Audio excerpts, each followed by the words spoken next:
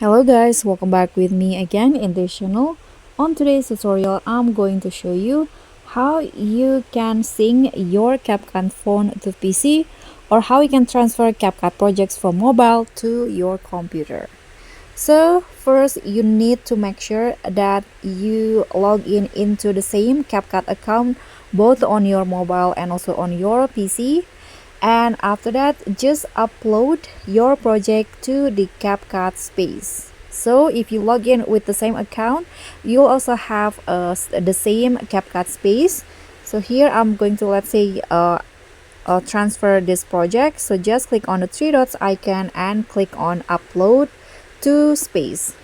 Here, click on the space that you want to choose. Now just click on select. And after that, let's go to the space here to see the progress.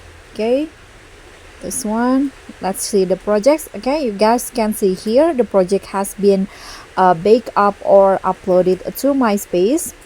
So when you open your CapCut in PC, you'll also have this project on your CapCut space.